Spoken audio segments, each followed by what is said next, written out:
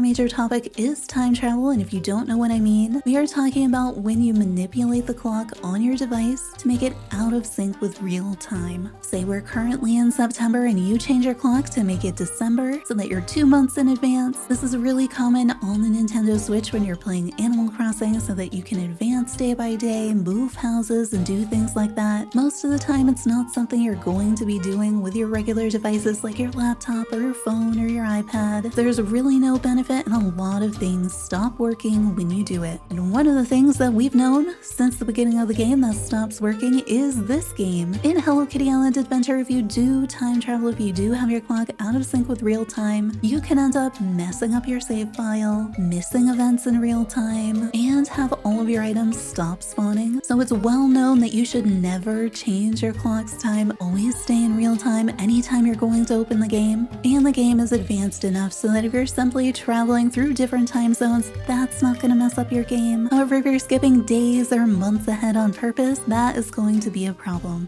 And as we look ahead to the Switch release, and as we look at some of the things folks may have been doing with time travel that have been affecting other players in the game, and with the way that the update schedule may shift in the future, if you have time traveled, you will no longer be able to join anyone else in multiplayer. This way, if you're going ahead on one save file and you're trying to gift your main account items from the future, you can't do that, and it'll probably even mess up your secondary account permanently. So make sure you're not time traveling. As long as your save file currently is on real time, you can play in all the events, you're getting your login bonus calendar, you're able to collect items, you won't be affected. They did open up a frequently asked questions section, and they say that folks who have manipulated time will not be able to do multiplayer because it has been exploited in very negative ways. And I'm sure we'll get even more details as it progresses, but here's some of the information based on questions players have been asking already. So when we talk about time manipulation or time traveling, it refers to changing the time on your device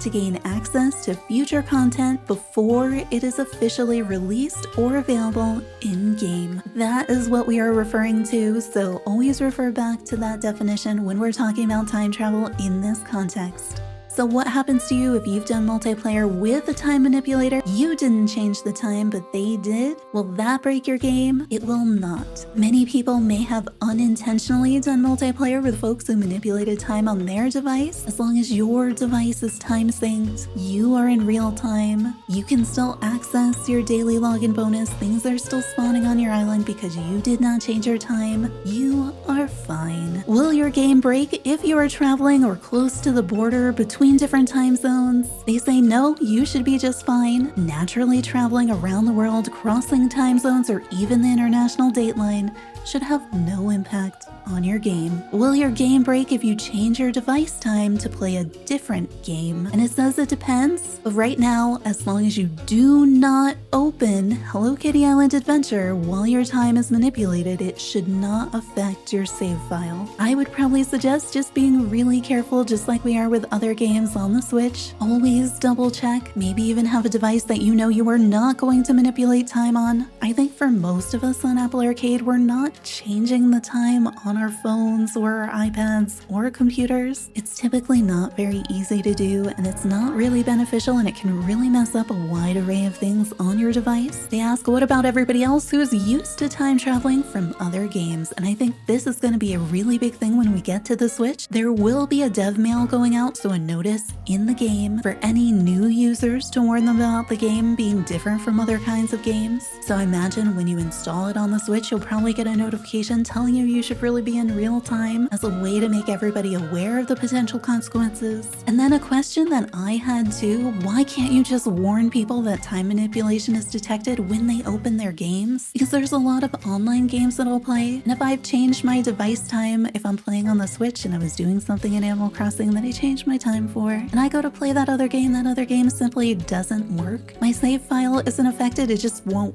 open. Now that's not the case for all games. Some other games I play get messed up just like Hello Kitty Island Adventure, so I know that that's a thing. So to me, the best answer would also be that as soon as you open the game checks before I log into my save file, and it would say, hey, you're not on regular time, you might want to fix that before you open your save file and mess everything up. However, they would really like to do this too, because they also see that as being an ideal solution. Unfortunately, this would require you to always be online. So you need to have an always online game. That means you need to have functionality with server validation, so it sends a message to their server to see what time the actual time is, compare it back, and then decide whether or not to display that message for you or allow you to open your game. And unfortunately, that is both technically and financially prohibited for the company. And it's also apparently impossible to do on the Apple Arcade platform. So even if they had infinite money and resources to be able to implement it, they would only be able to implement it on certain platforms, and the current platform is not even one of those. They want to make sure that your game experience is consistent across platforms as much as possible, so unfortunately that is not an option. So remember, we've been saying since this game launched that you cannot time travel. Do not time travel. Be aware that at any time that could completely mess up your save file, could lock you out of events that you really need to be able to play the game,